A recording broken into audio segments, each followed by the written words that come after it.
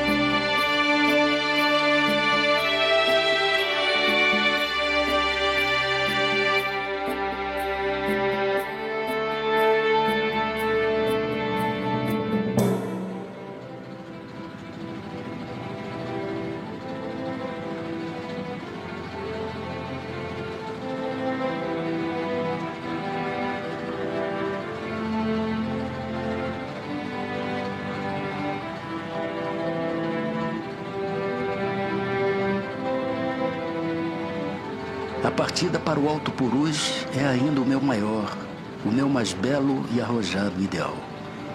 Estou pronto à primeira voz.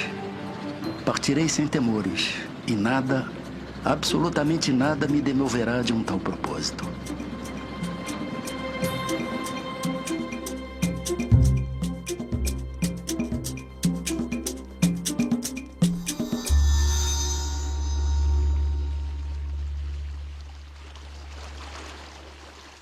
Euclides sempre demonstrou, pelo que ele deixou escrito, né, o desejo de conhecer a Amazônia, de desbravar os sertões. Euclides sempre manifestava o desejo dessas atitudes heróicas. Ele gostaria muito de conhecer a região, né?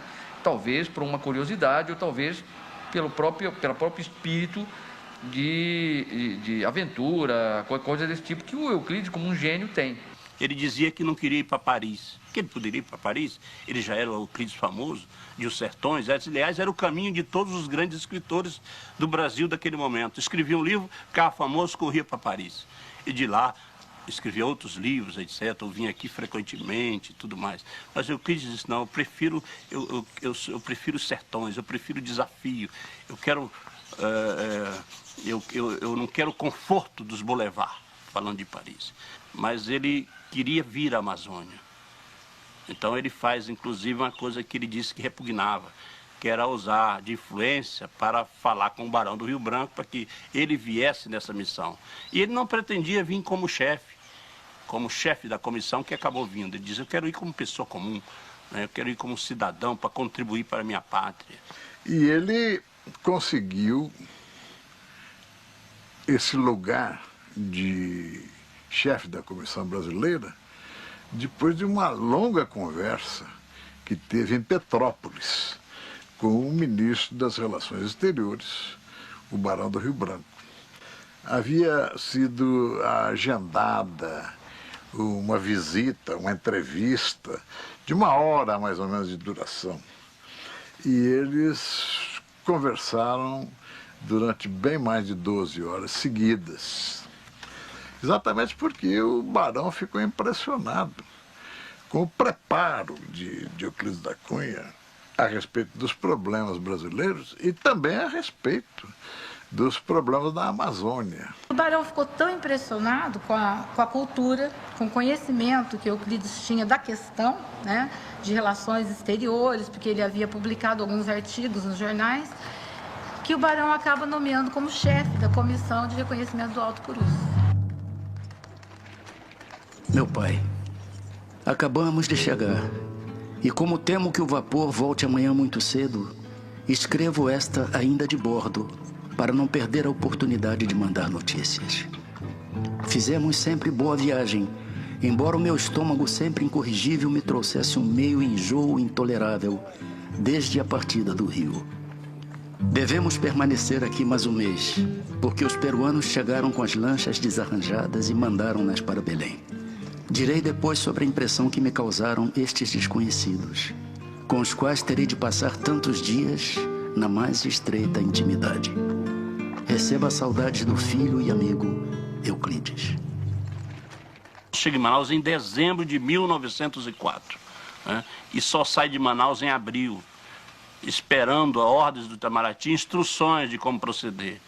Que o Itamaraty também se reunia com a embaixada peruana no Rio de Janeiro para orientar as duas comissões.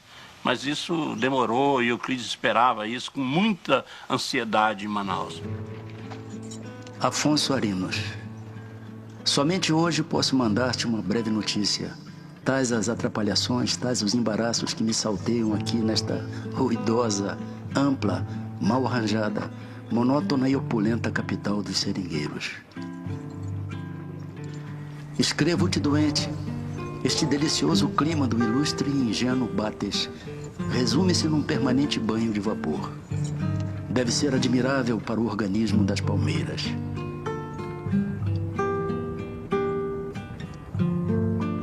Domício da Gama.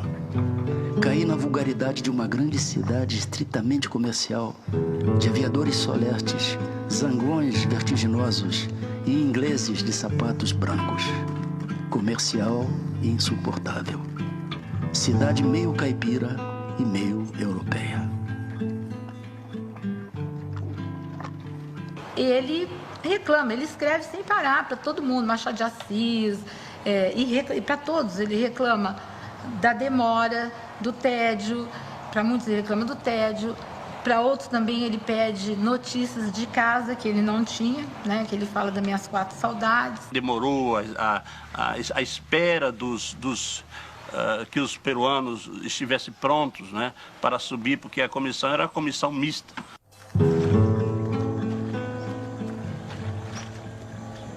Meu ilustre amigo Dr. José Veríssimo, aqui estou no meu posto, sempre animado, sempre pronto à minha arrancada atrevida com o desconhecido. Mas que torturas, meu amigo, nesta longa parada com que eu não contava. Podia estar longe, podia estar nesta hora dominando as cabeceiras do Purus e ainda não parti. Como é difícil o ter-se boa vontade e disposição para servir a este país.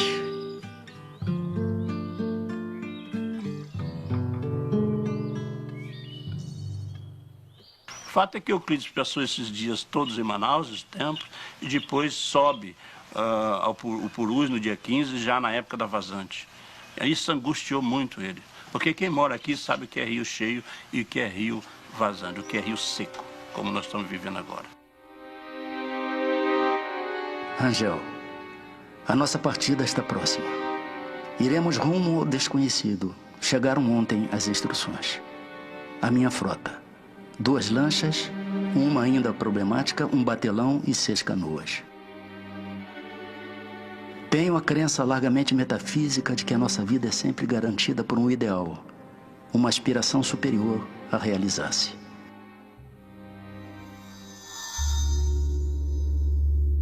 No final, ele saiu de Manaus com 2 lanchas, um batelão, chamado Manuel Urbano, e umas 6 canoas.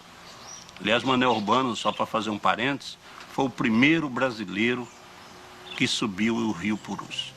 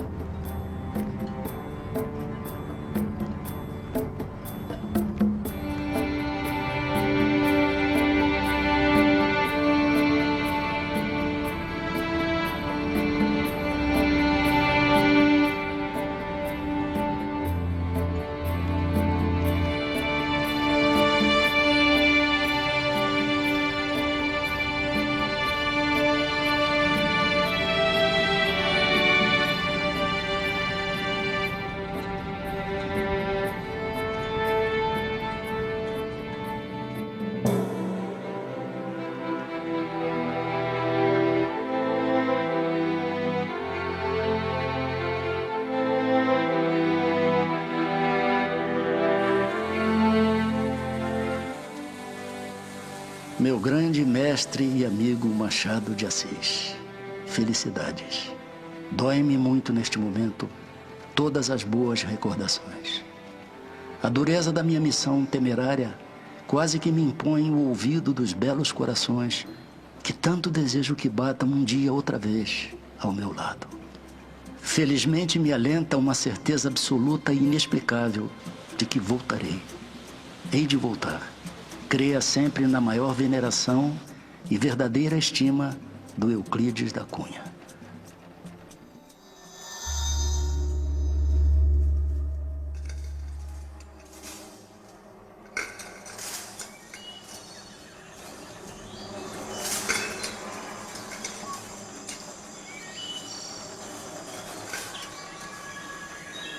É sem dúvida o maior quadro da Terra, porém chatamente rebatido num plano horizontal que mal alevantam uma banda. A feição do resto de uma enorme moldura que se quebrou. E como lhe falta linha vertical pré-excelente na movimentação da paisagem, em poucas horas o observador cede às fadigas da monotonia inaturável e sente que o seu olhar, inexplicavelmente, se abrevia nos sem fins daqueles horizontes vazios e indefinidos como os dos mares.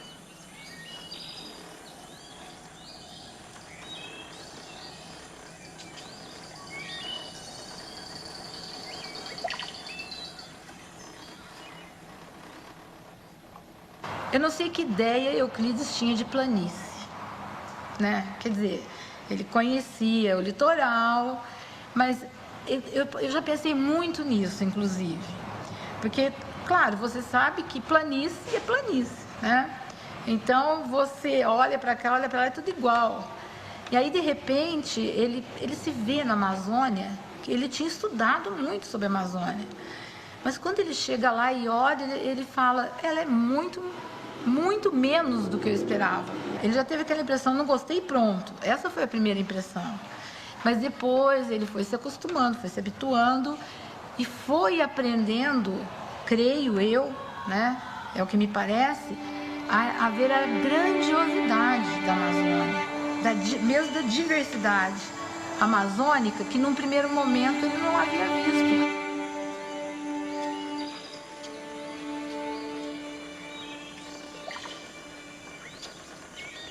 Diz um dos grandes admiradores e que escreveu muito sobre o Euclides, Leandro Tocantins, que depois ele viria a sofrer o mesmo mal, né, desses escritores que por aqui passavam. Se encantou com a Amazônia, né, e foi só emoção depois tudo que ele escreveu sobre a gente, sobre essa gente, sobre a floresta, sobre os rios, etc.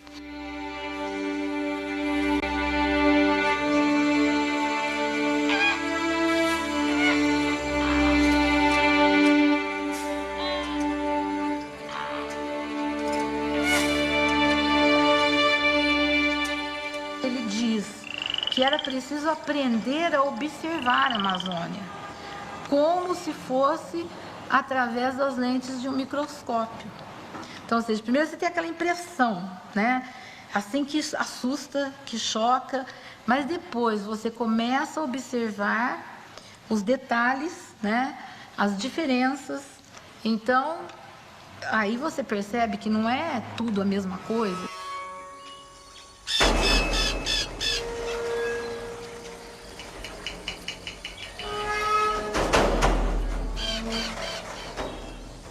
Tal é o rio, tal a sua história, revolta, desordenada, incompleta. Há alguma coisa extraterrestre naquela natureza anfíbia, misto de águas e de terras, que se oculta completamente nivelada na sua própria grandeza.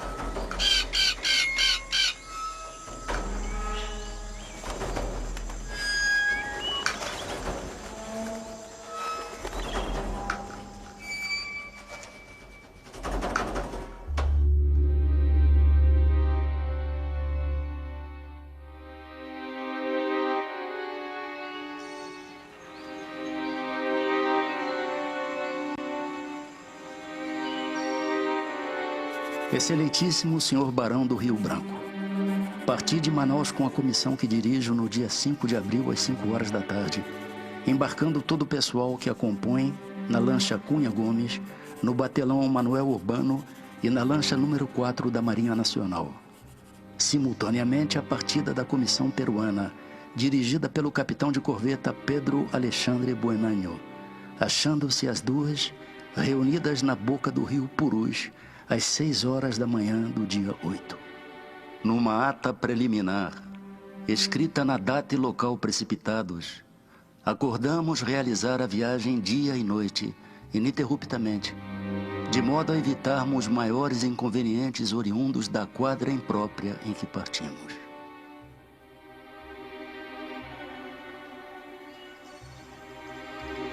Meu ilustre amigo Dr. José Veríssimo, estamos em plena vazante. Temo que muito antes da Foz do Chandless, a nossa marcha, por mais aforrada que ela seja, tenha de encalhar na Baixa dos Baixios. Certo, não se me enfraquecerá o ânimo. Marcharei a pé para o meu objetivo. Mas não quero imaginar os empeços, as dificuldades, os perigos e até as torturas que nos esperam. Acha bom o título, Um Paraíso Perdido, para o meu livro sobre a Amazônia? Ele reflete bem o meu incurável pessimismo, mas como é verdadeiro. Cria sempre na feição sincera do Euclides da Cunha.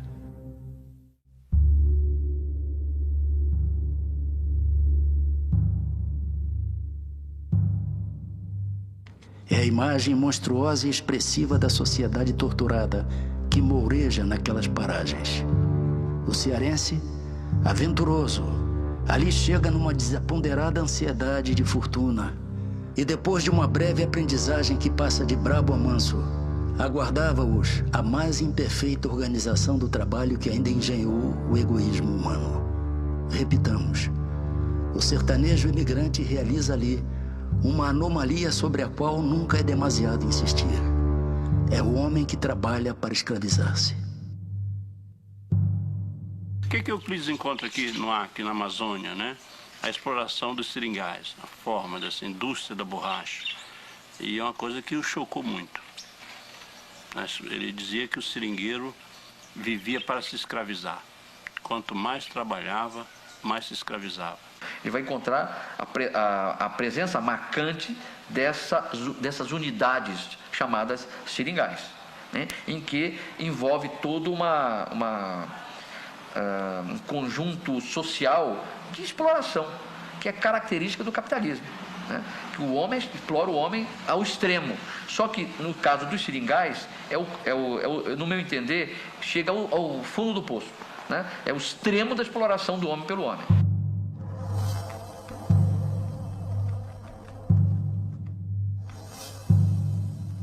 Euclides viu que o seringueiro disse que trabalhava para se escravizar. Na medida em que ele, quanto mais trabalhava, e nunca tinha saldo, o patrão. Porque ele já saía do Nordeste devendo. O seringalista debitava todas as despesas que ele chegava aqui. Patrãozão é mesmo um papai. Fulano só dizia, vou buscar isso lá na casa do fulano, vou buscar, né? E ele lá dava jeito de tudo. E só que eu tinha que dar jeito de borracha também para ele. Eles chegaram como brabo, de brabo, chamavam brabo, não era? Chegavam do Ceará e dessas outras terras por aí.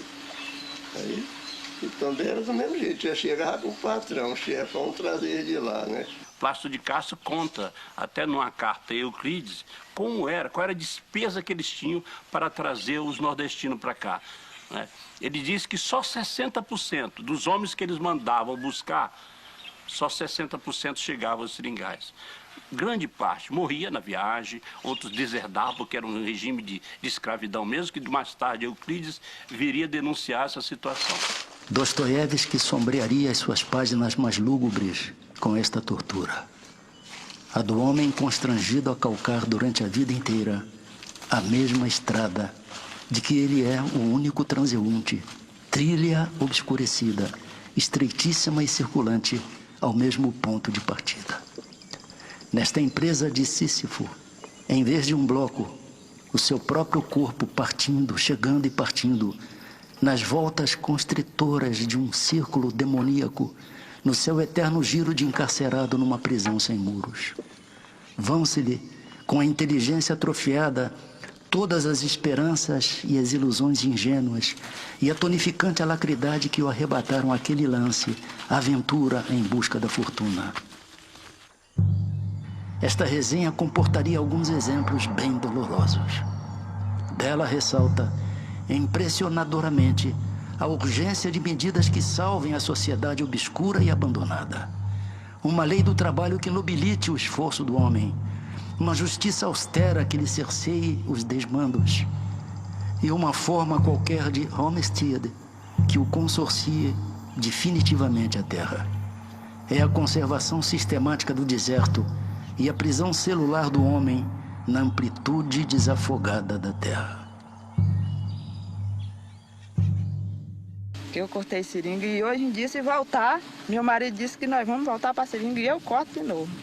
Porque eu achava bom riscar ela, né? Só que caiu e aí a vida agora é roçado, né? Porque não tem outra coisa.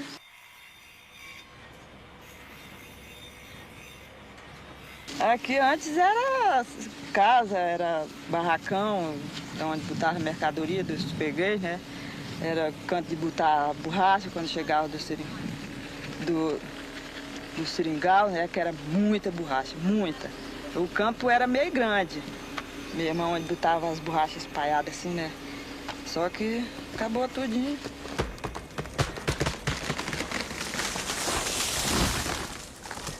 Todo mundo pede a Deus que dê certo isso aqui voltar a funcionar, porque tem muita gente aqui, né? Muita gente que precisa disso aqui, de um emprego, né? Hoje está tudo parado. A maioria do seringal está tudo trancado, tudo fechado, não tem mais nada, só tem bicho mesmo lá e mais ninguém. E acabou o movimento, né? Agora está virando tudo fazenda. Era Seringal Santa Cruz. A vida aqui não tem vida boa mesmo, né? Dá pra gente vivendo, né? Eu adorava cortar seringa, então se riscava, mas era massinha. Quando chegava a tigelona cheia de leite ali, era só colher.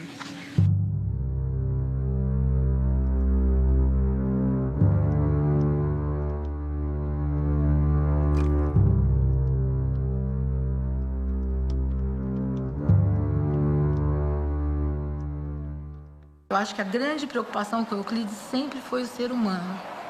Tá?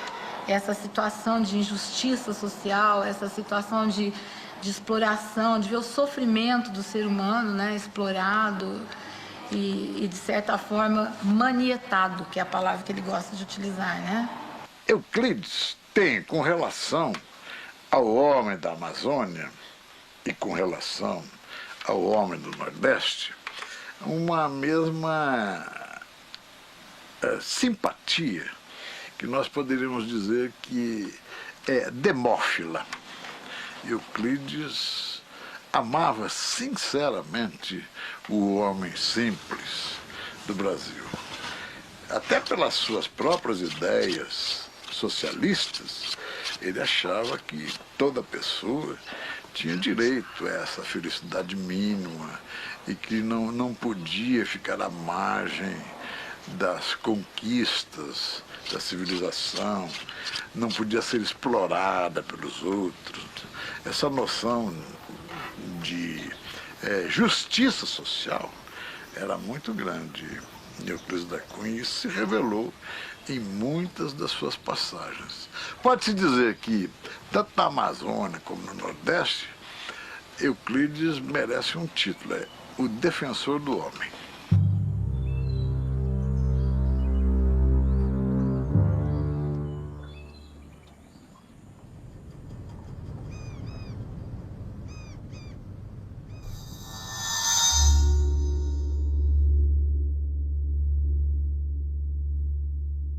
E eu acho que, sobre a Amazônia, não existe texto mais adequado, mais aprofundado do que Judas às Veros. Para mim, o que há de mais belo que Euclides escreveu é o Judas às Veros, né? Em que ele conta o costume do Judas, né? A malhação de Judas nos seringais, e que ele identifica o seringueiro, né, na figura do Judas. Então, ele tem pedaços assim, de intenso lirismo, né, e de uma maturidade como escritor que ele não apresentava ainda nos sertões, com críticas ferocíssimas, inclusive à igreja. E em Judas as Veras acontece isso. Primeiro que nem engendrou muito bem o nome, né?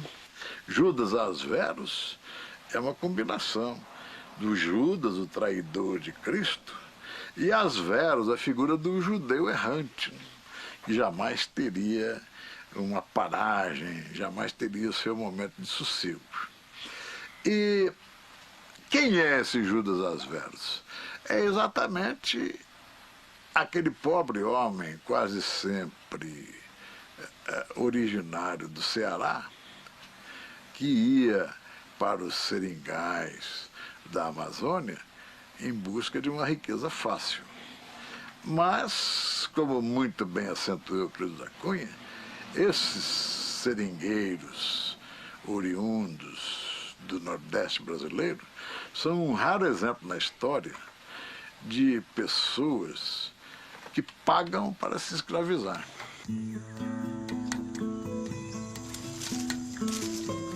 No sábado de Aleluia, os seringueiros do Alto Purus desforram-se de seus dias tristes. É um desafogo. Ante a concepção rudimentar da vida, santificam-se-lhes, neste dia, todas as maldades. Acreditam numa sanção litúrgica aos máximos deslizes.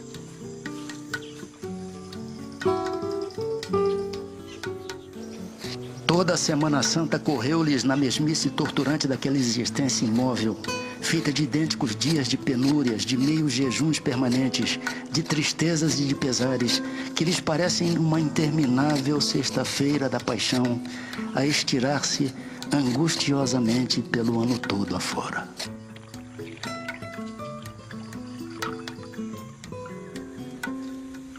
Além disto, só lhe é lícito punir-se da ambição maldita que o conduziu àqueles lugares para entregá-lo escravo aos traficantes impunes que o iludem.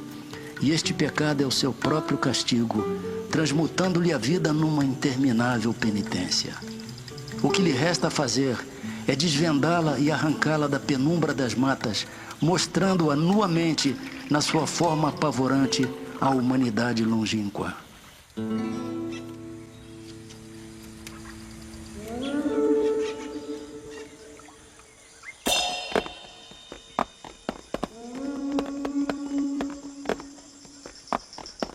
Ora, para isso, a igreja dá-lhe um emissário sinistro, Judas, e um único dia feliz, o sábado, prefixo aos mais santos atentados, às balbúrdias confessáveis, à turbulência mística dos eleitos e à divinização da vingança. O Judas faz-se como se fez sempre. Um par de calças e uma camisa velha grosseiramente cozidos, cheias de palhiças e mulambos. Braços horizontais, abertos e pernas em ângulo, sem juntas, aprumando-se espantadamente empalado no centro do terreiro. Por cima, uma bola desgraciosa representando a cabeça. E o monstro, lento e lento, num transfigurar-se insensível, vai se tornando em homem. Pelo menos, a ilusão é empolgante. Repentinamente, o bronco estatuário tem um gesto mais comovedor que o Parla, ansiosíssimo, de Miguel Ângelo. Arranca o seu próprio sombreiro, atira-o à cabeça de Judas. E os filhinhos todos recuam num grito, vendo retratar-se na figura desengonçada e sinistra o seu próprio pai.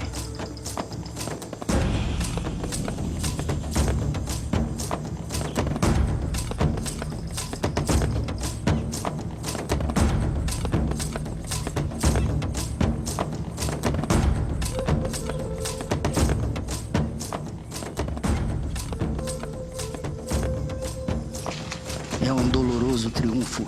O sertanejo esculpiu um maldito à sua imagem. Vinga-se de si mesmo. Pune-se afinal da ambição maldita que o levou àquela terra. E desafronta-se da fraqueza moral que lhe parte os ímpetos da rebeldia, recalcando-o cada vez mais ao plano inferior da vida decaída, onde a credulidade infantil jungiu o escravo à gleba empantanada dos traficantes que o iludiram.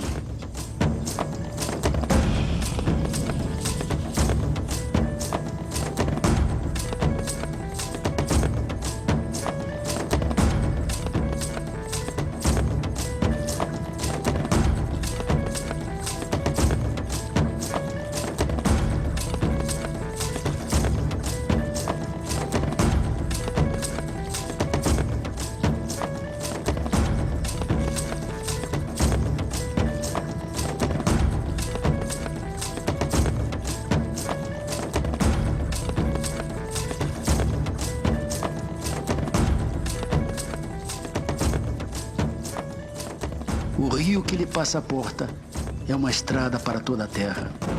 Que a terra toda contemple seu infortúnio, o seu exaspero cruciante, a sua desvalia, o seu aniquilamento iníquo, exteriorizados golpeantemente e propalados por um estranho e mudo pregoeiro. E Judas, feito asvero, vai avançando vagarosamente para o meio do rio. Não para mais. À medida que avança, o espantalho vai espalhando em roda a desolação e o terror. Os homens correm às armas numa fúria recortada de espantos, fazendo pelo sinal e aperroando os gatilhos, alvejam-no desapiedadamente.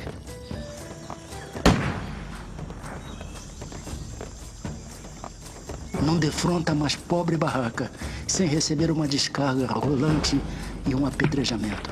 Caminha, desgraçado! Caminha, caminha, não para! Afasta-se no volver das águas, livra-se dos perseguidores e vai descendo, descendo, descendo.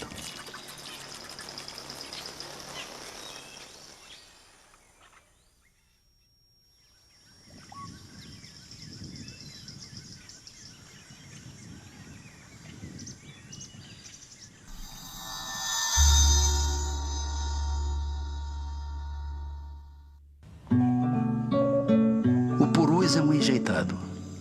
Precisamos incorporá-lo ao nosso progresso, do qual ele será, ao cabo, um dos maiores fatores, porque é pelo seu leito desmedida em fora que se traça nestes dias uma das mais arrojadas linhas de nossa expansão histórica. O purus é uma das maiores dádivas entre tantas com que nos esmaga uma natureza escandalosamente perdulária. Era um rio muitíssimo importante e ainda é muito importante hoje aqui para a sobrevivência dessas comunidades. Agora ele está seco. Aqui nunca ficou raso no meio do rio, agora está raso Agora no meio do rio. seco desse jeito é muito difícil ele ficar. Nunca tinha secado como secou agora o rio, né? Todo mundo reclama que o rio secou demais, né? Agora dizem que é por causa das derrubadas. Mas foi uma coisa triste, triste mesmo. E eu cá comigo, eu digo, será que é porque eu comecei a brocar também e deu esse negócio? Que aumentou mais uma broca minha. O peixe diminuiu muito, né? Tinha mais, hoje tem mais pouco. As águas secam desse jeito muito. Então deve ser. Até falo o pessoal que é por causa das derrubadas.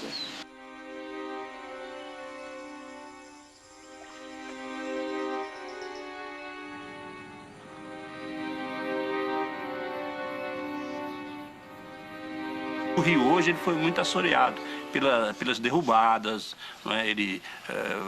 Bancos de areia hoje tem com muito mais do que antes. A mais seca que eu vi foi essa. Nem praia aqui, durante o tempo que eu estou aqui, não deu essa praia para cá, não. Esse ano foi que deu para ir.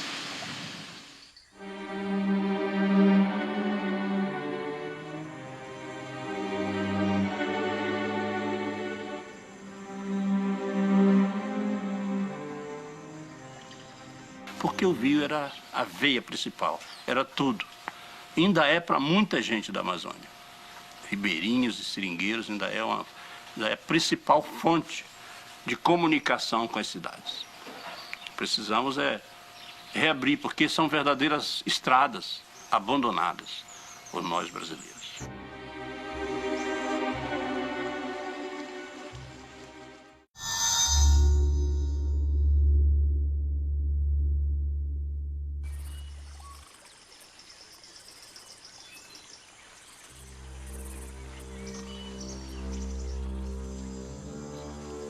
A impressão dominante que tive, e talvez correspondente a uma verdade positiva, é esta. O homem ali é ainda um intruso impertinente. Chegou sem ser esperado nem querido, quando a natureza ainda estava arrumando o seu mais vasto e luxuoso salão. A literatura científica amazônica, amplíssima, reflete bem a fisiografia amazônica. É surpreendente, preciosíssima, desconexa. Quem quer que se abalance a deletreá-la, ficará ao cabo desse esforço bem pouco além do limiar de um mundo maravilhoso.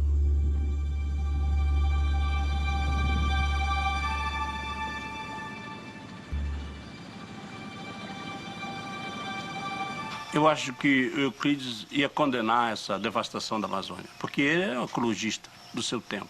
Ele já falava na preservação.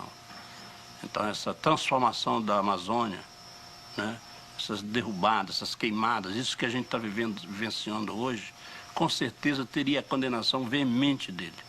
Né? Essa transformação da Amazônia em um campo, né, para produzir bois, né, com certeza teria desaprovação dele. Ele tem até um artigo muito interessante chamado Fazedores de Deserto, né, em que ele percebe que a ecologia, não emprega esse termo, não, mas que o ecossistema amazônico é extremamente delicado.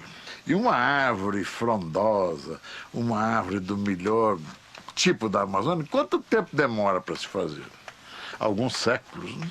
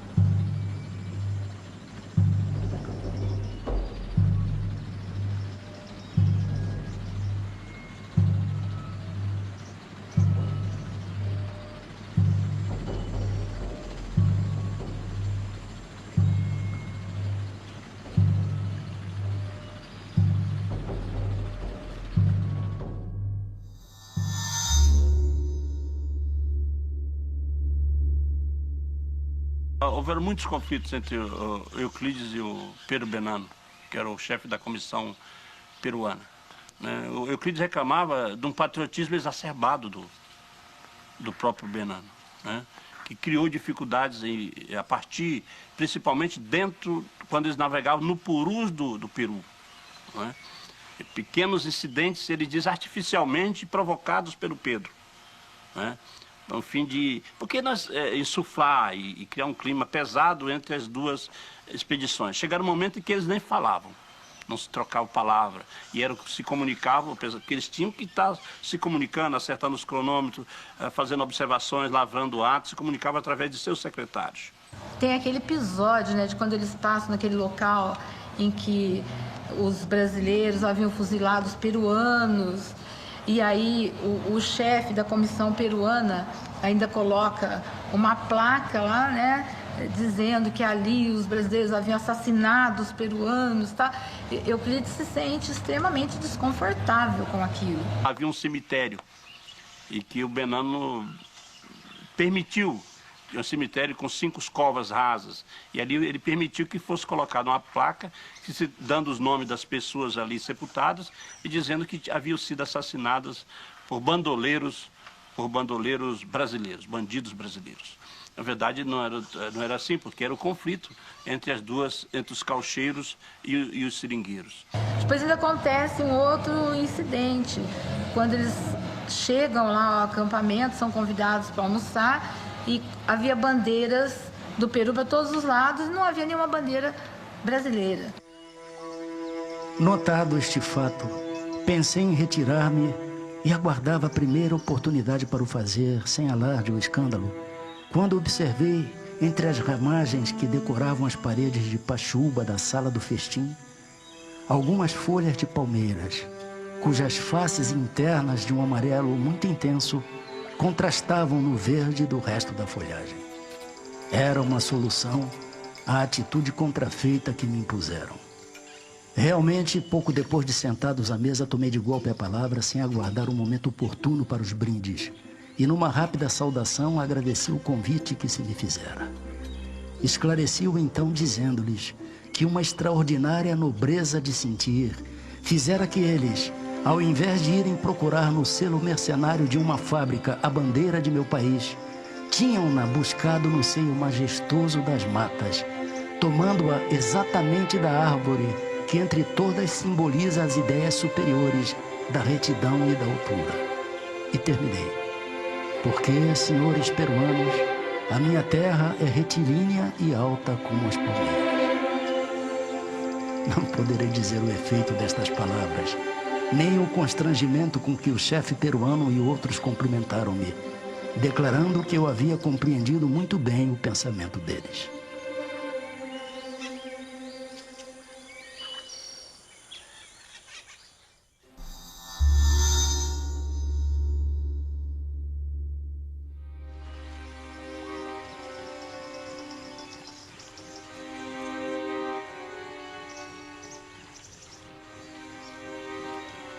Realmente, neste afanoso derruir de barrancas, para torcer-se em seus incontáveis meandros, o purus entope-se com as raízes e troncos das árvores que o marginam.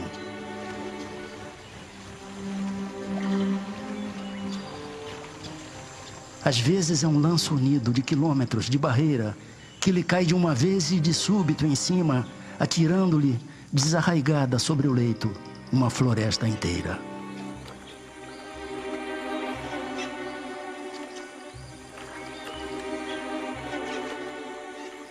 Euclides, de fato, não estava com a melhor embarcação, com os melhores lanchas, com as melhores canoas, né? Por incrível, uma contradição tremenda, porque se essas canoas, se esses barcos saíram de Belém, de Manaus, era natural que nós estivéssemos melhor preparados. Mas quem estava melhor preparado para enfrentar o rio era a lancha do Pedro Benana, a lancha rasa, própria para andar nos rios.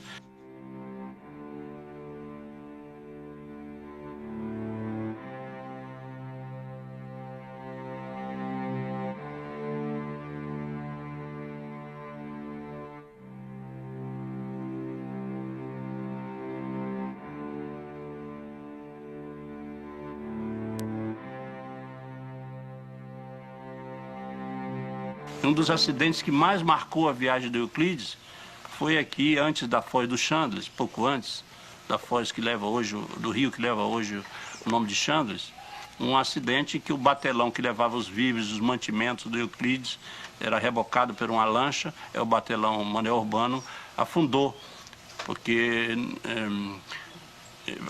foi furado por paus. Perderam aí 2/3 das mercadorias que levavam, e Euclides aí começa a perder parte da sua tripulação de 45. Meu pai, mal tenho tempo de dizer-lhe que estou bem. Aproveito um portador apressado que desce em canoa para Manaus, porque o purus vazou exageradamente, prendendo no seu leito quase seco os vapores que aqui estavam. O mesmo sucedeu às nossas lanchas. Teremos que continuar em canoas. O clima é benigno neste ponto. E se não fossem os mosquitos infernais que nos devoram, estaríamos perfeitamente.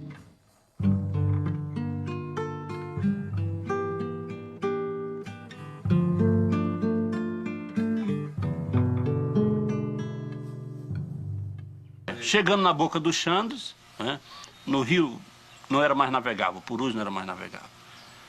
E as duas comissões deixam as lanchas e partem de canoas, batelões pequenos, canoas pequenas, né? Você começa a subir o rio. Euclides escreve para os amigos dizendo: como nós seguiremos depois da boca do Chandles, que era a grande preocupação dele, mas ele diz que ele seguiria mesmo que fosse sozinho e a pé. Então, mais uma vez, esse rompante heróico dele, que ele apresenta várias vezes.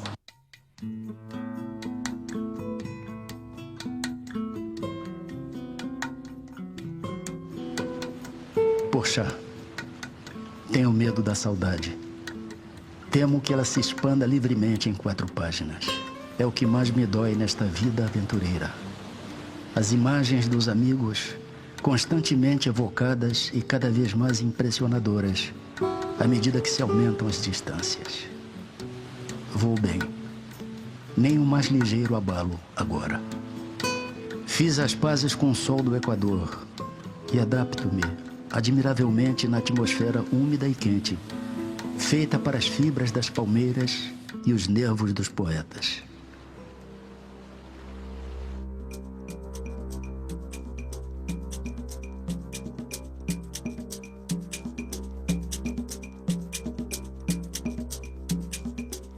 No dia 30 de julho, alcançamos a confluência do Cavaljane. Estávamos nas cabeceiras do Purus. Duvidávamos da subida. No rio Cujar, que conduz ao Varadouro, aguardavam-nos, à parte dos bancos de areias e paus, 74 cachoeiras. Se as transpuséssemos, chegaríamos ao Cavaljane. Prosseguimos, chegando no dia 3 de agosto às 12 horas e 55 minutos, à entrada do Pucane. E às 12 horas e 58 minutos, desembarcados, penetrávamos na estreita quebrada que leva ao Varadouro. Note este intervalo. Não podíamos parar. Os nossos gêneros esgotavam-se e estávamos em pleno deserto. O Pucane tortuoso, estreito de uns 3 metros e em geral raso, foi percorrido a pé. Então Euclides, a partir desse momento, né, resolve ir até o fim. Ir até o fim. E navegando ali, agora cachoeiras, ele conta que tiveram nesse rio Cujar 70 cachoeiras, só no Cujar. Uma em cima da outra, tombos altos, empurrando a canoa, puxando a canoa, o pessoal estava esgotado. O Euclides chega sem força já. E ele com febre, doente, a tripulação dele também, não é? E já número reduzido, de empurrar a canoa, de puxar a canoa pela corda, de varejar, que não dá para remar, e começa então empurrar a canoa com varejão.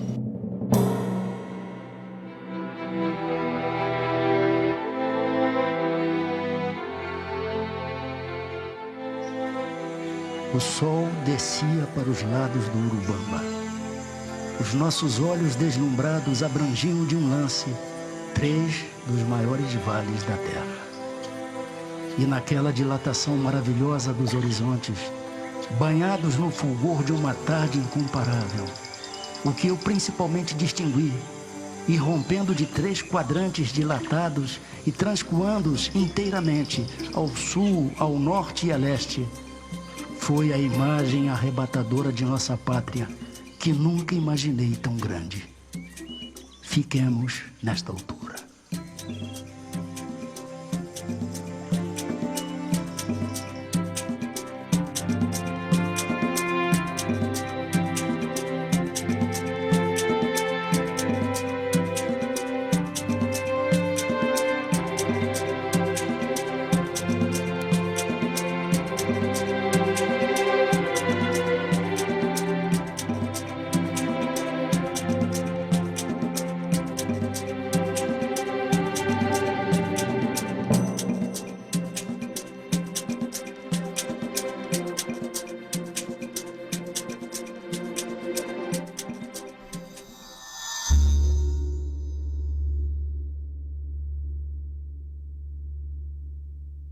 Nós conhecemos Euclides dos Sertões, mas poucas pessoas se voltaram a analisar esse Euclides amazônico, né, que é tão rico quanto esse Euclides dos Sertões, esse Euclides que mostrou os sertões. E que veio, encontrou o nordestino lá e reencontrou-os aqui nessa batalha da borracha. Ao morrer, numa idade de entrada na maturidade, 43 anos, ele certamente escreveria em Um Paraíso Perdido um seu livro, quando menos, do mesmo alcance dos sertões. Acredito, isso é apenas uma estimativa pessoal, acredito que ele seria estilisticamente e filosoficamente mais aprofundado do que nos sertões. Ele é gênio porque ele avança, ele consegue muitas vezes ter lampejos de impressões que vão além daquele momento histórico. Euclides ainda é muito atual, né? Porque o problema na Amazônia, além de continuar, ele piora, porque a cada momento aparece uma coisa nova, não é mesmo? E o governo não muda muito também, né? Os governos não mudam muito. E daí essa importância de se ler Euclides da Cunha hoje em dia. Eu acho que ninguém lê Euclides impunemente. Não há quem não se apaixone. Porque a gente consegue enxergá-los. Tem homens que escritores que você não enxerga. Você lê o que ele escreve, mas você não sabe quem é ele. O Euclides se entregava de corpo e alma ao que escrevia, com tanto sentimento, que a gente lia, a gente consegue ler o homem, a pessoa, saber quem ele é, ler a alma dele, saber que o espírito era esse. Um espírito verdadeiramente iluminado.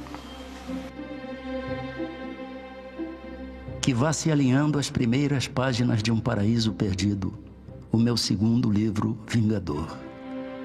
Se o fizer como o imagino, hei de ser, perdoa-me, a incorrigível vaidade.